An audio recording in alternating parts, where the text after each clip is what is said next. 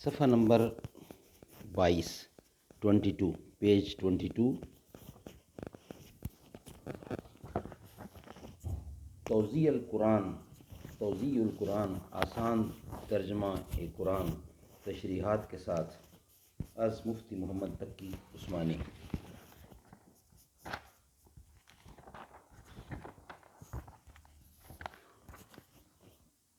صفحہ نمبر 22 قرآن کا تدریجی نزول، یعنی قرآن کریم کا تدریجی نزول، یہ ہمارا سبجیکٹ ہے۔ صفحہ نمبر 22 نحمدہ ونصلی علی رسولہ الکریم بسم اللہ الرحمن الرحیم۔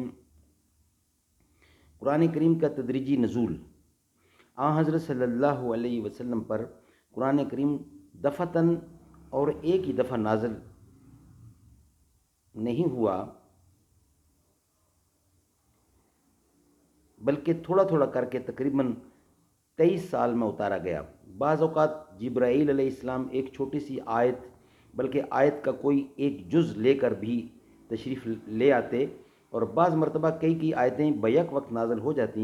قرآن کریم کا سب سے چھوٹا حصہ جو مستقلاً نازل ہوا وہ غیر اول الضرری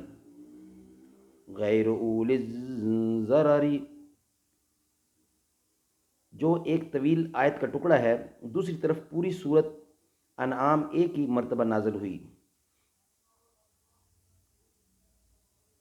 سارے قرآن کریم کو ایک دفعہ نازل کرنے کی بجائے تھوڑا تھوڑا کر کے کیوں نازل کیا گیا؟ یہ سوال خود مشرکین عرب نے حضرت صلی اللہ علیہ وآلہ وسلم سے کیا تھا۔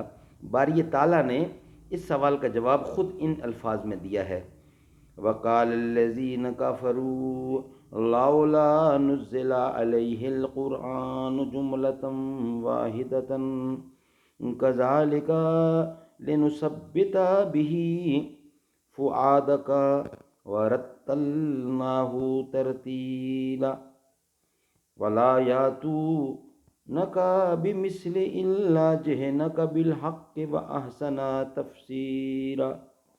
اور یہ کافر لوگ کہتے ہیں کہ ان پر سارا قرآن ایک ہی دفعہ میں کیوں نازل نہیں کر دیا گیا؟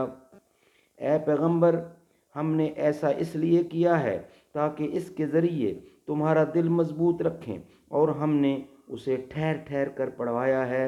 اور جب کبھی یہ لوگ تمہارے پاس کوئی انوکھی بات لے کر آتے ہیں، ہم تمہیں اس کا ٹھیک ٹھیک جواب اور زیادہ وضاحت کے ساتھ عطا کر دیتے ہیں۔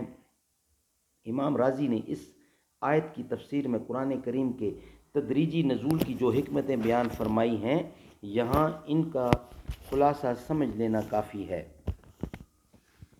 وہ فرماتے ہیں حضرت صلی اللہ علیہ وآلہ وسلم امی تھے، لکھتے پڑھتے نہیں تھے، اس لیے اگر سارا قرآن ایک مرتبہ نازل ہو گیا ہوتا تو اس کا یاد رکھنا اور ضبط کرنا دشوار ہوتا۔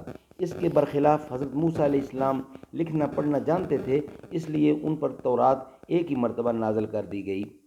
اگر پورا قرآن ایک دفعہ نازل ہو جاتا تو تمام احکام کی پابندی فوراً لازم ہو جاتی، اور یہ اس حکیمانہ تدریج کے خلاف ہوتا جو شریعت محمدی میں ملحوظ رہی ہے۔ حضرت صلی اللہ علیہ وآلہ وسلم کو اپنی قوم کی طرف سے ہر روز نئی اذیتیں برداشت کرنی پڑتی تھیں۔ جبرائیل علیہ السلام کا بار بار قرآن کریم لے کر آنا ان اذیتوں کے مقابلے کو آسان بنا دیتا ہے اور آپ کی تقویت قلب کا سبب بنتا تھا۔ نمبر 4، قرآن کریم کا ایک بڑا حصہ لوگوں کے سوالات کے جواب اور مختلف اوقات سے متعلق ہے، اس لیے ان آیتوں کا نزول اسی وقت مناسب تھا جس وقت وہ سوالات کیے گئے یا وہ واقعات پیش آئے۔ اس سے مسلمانوں کی بصیرت بھی بڑھتی تھی اور قرآن کریم کی غیبی خبریں بیان کرنے سے اس کی حقانیت اور زیادہ آشکار ہو جاتی تھی۔